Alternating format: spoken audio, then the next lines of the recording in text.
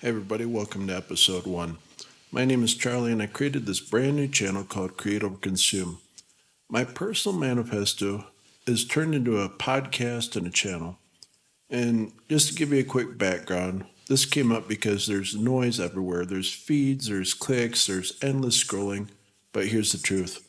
The more that you consume, the less that you create. Now, to give you a quick background, I'm a musician, I'm a storyteller, I'm a photographer, I'm a builder of things, and I'm a guy who burned his whole life down to live free and authentic, basically.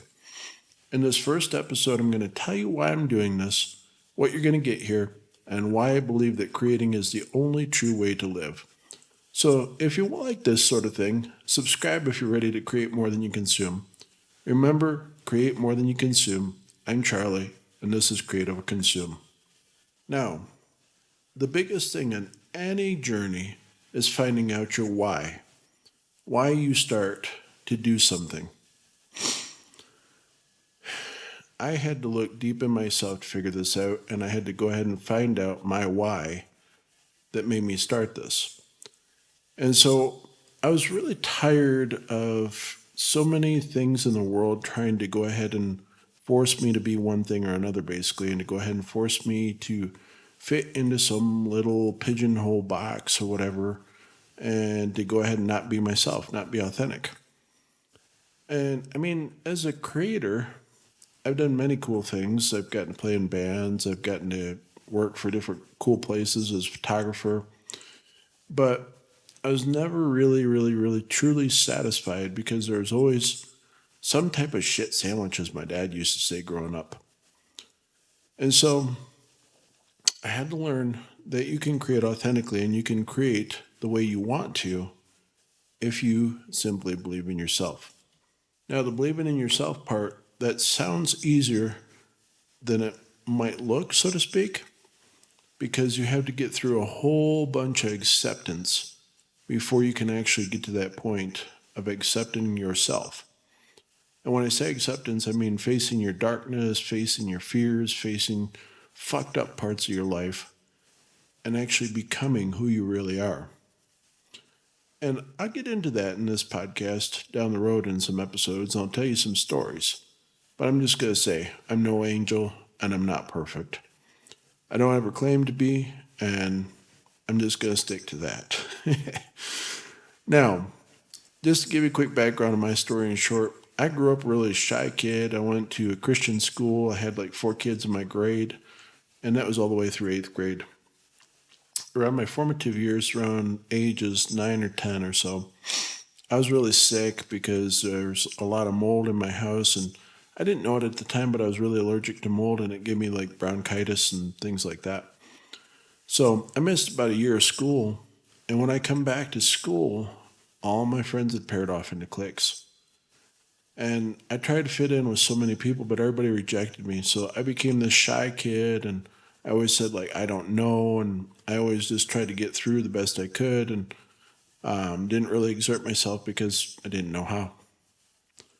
So when I became that person, all my friends soared above me in many respects, but it wasn't until high school where I switched from that Christian school over to a larger school, to a public school, that I really learned more about myself.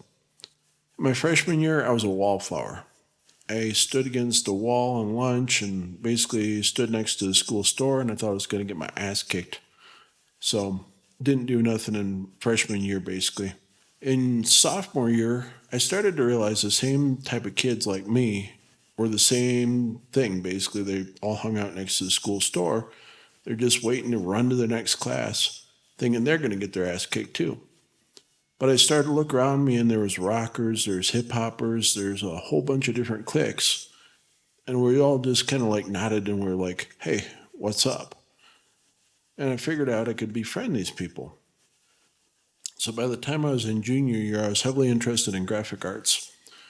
And I got into this program where you could leave school and you could go to a graphic arts place, which was basically a printing factory, and you could get off campus for 3 hours of the day.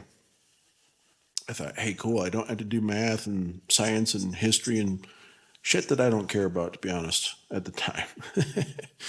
And so I got out of there and I got to create. I inserted myself in many different niches because I figured out I was pretty good as a chameleon. And I was able to hang out with the rockers or the hip hoppers or like whoever I wanted to, basically. And quickly formed my identity about being a chameleon, basically. Now, by the time senior year came around, I was pretty good at being a chameleon and I could fit into almost any social group. And I knew almost everybody in school, actually. And I put up this front of like who I was, and I would be anything anybody wanted me to be, essentially. And I guess I learned a lot, but it's not necessarily authentic either. And so I still had the same graphics arts class where I get to get off campus for 3 hours of the day. And I also, for sixth period, had office studies where I get to work in the school office. Well, being in the print lab, I get to go ahead and print the hall passes. And I'd be like, some for the school, some for me, some for the school, some for me. Being in the principal's office, I get to get signatures, is what we'll say to put it nicely.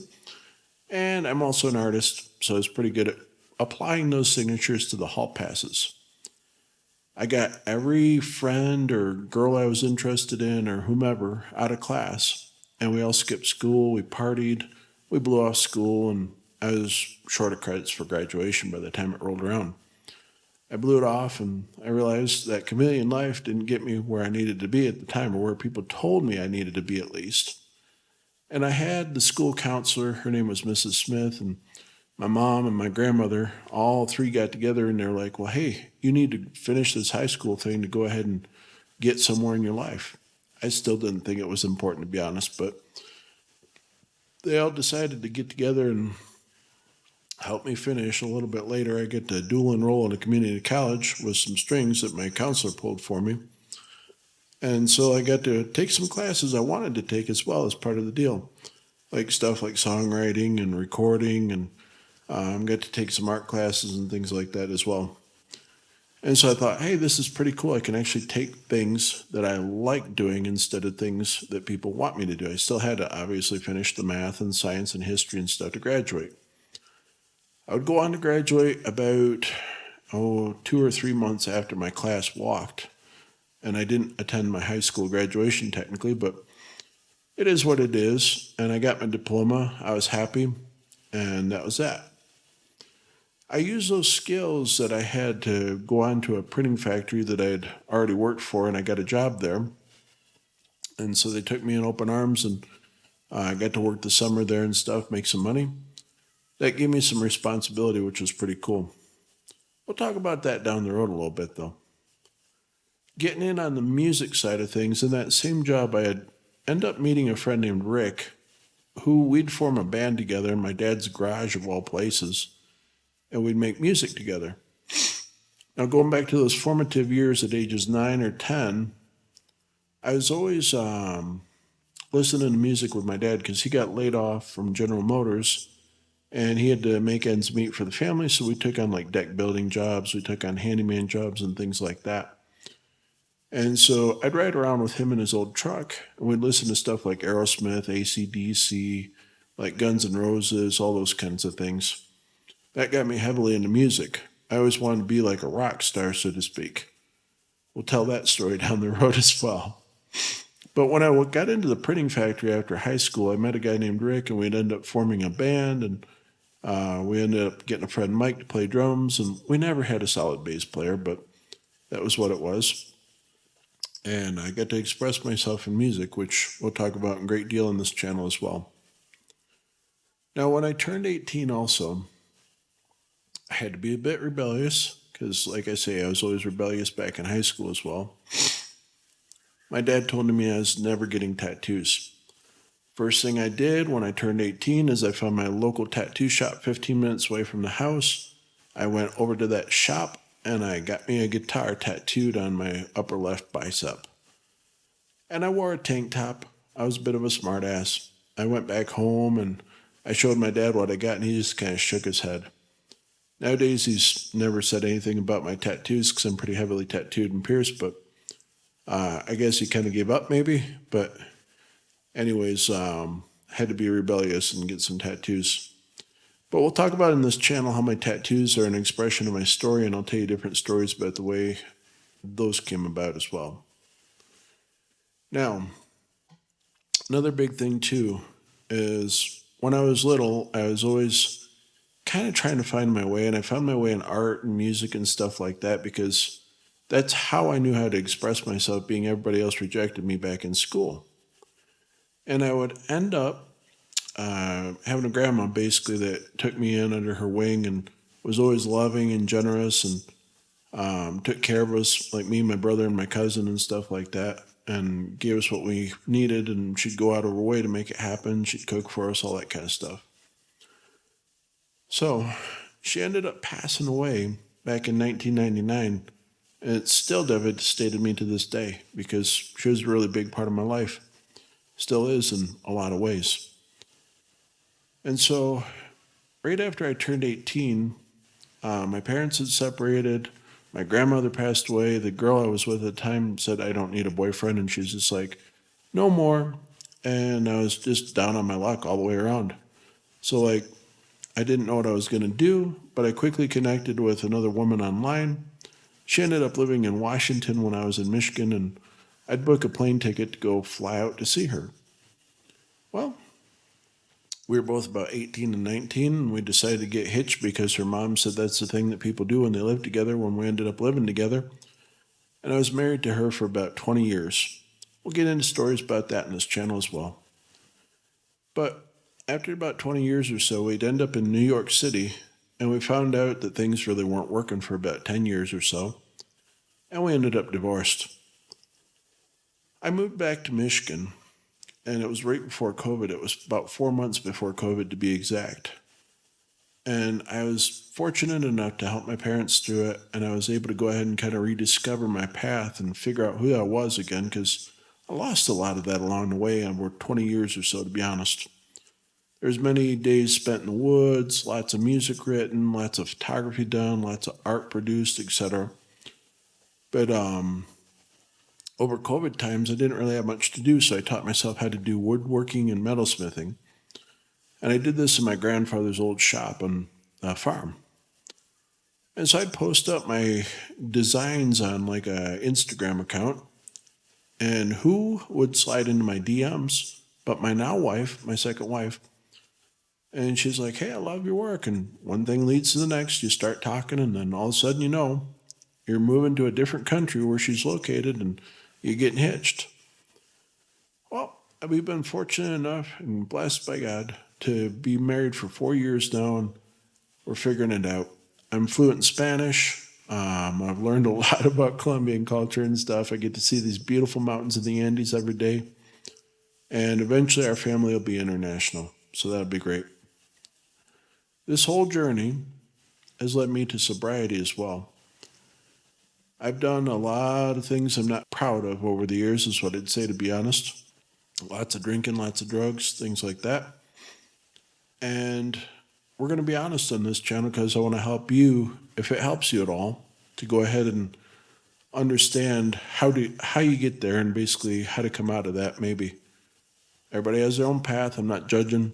So yeah, I've done a lot of fucked up things in my life is what I'd say about it, to be honest. But coming to Colombia, I realized with my second wife, we talked about wanting to have kids and stuff.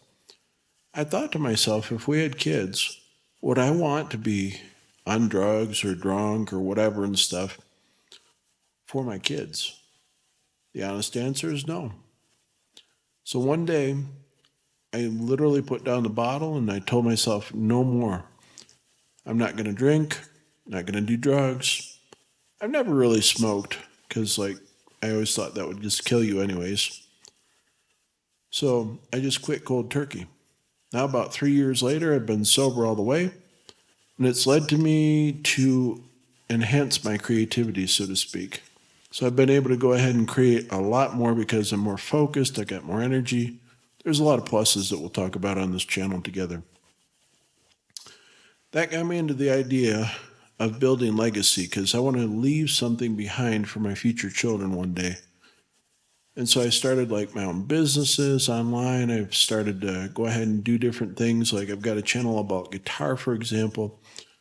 Lots of different projects I've been able to dive into because I've been able to be straight and focused and on the path that God's made for me, basically.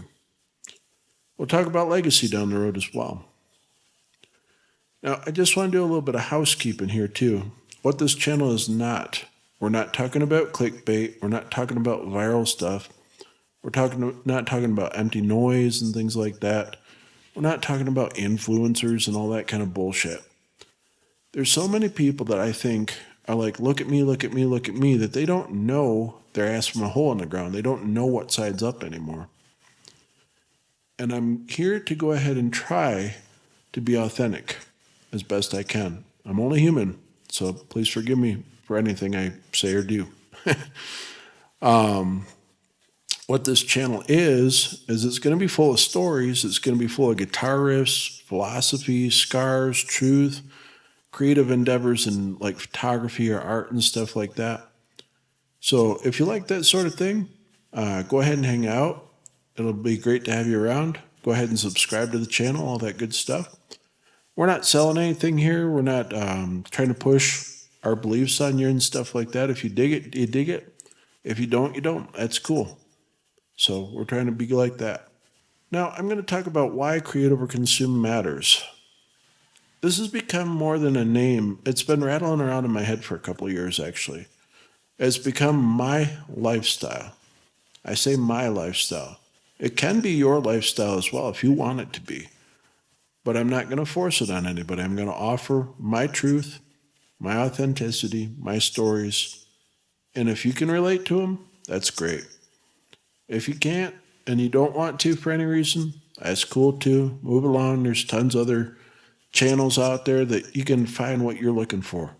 So it's all good. What you're going to get out of this, turn on the notifications on this channel. You get the reminders, you get the stories, truths, all that stuff, instead of just endless scroll. You can listen to this like on your lunch break. You can listen to this on your headphones. You can listen to this in the subway. Like wherever you're at, you can listen when you want to. That's all good. So I'm going to go ahead and wrap this one up for now because we could get really lengthy on the first intro.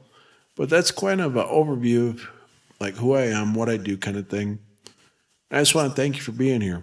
You got a lot of choices for a lot of channels out here on YouTube, and for picking little old me, like I just want to say thank you from the bottom of my heart. Thanks for being here. I hope to connect with you. If you dig this kind of thing too, leave me a comment. Thanks so much. And remember, create more than you consume. There's a lot of people that waste their life away just by consumption, either buying stuff or like consuming content on the internet and stuff like that too. But what can you do with this advice today? What can you actually create out of it? Think about that and leave that in the comments as well. I'll see you on the next one. We're going to be doing this every week. Probably about Fridays. We'll have posting time on Fridays, and we'll go from there. My name's Charlie, and remember, create more than you consume. I'll see you soon.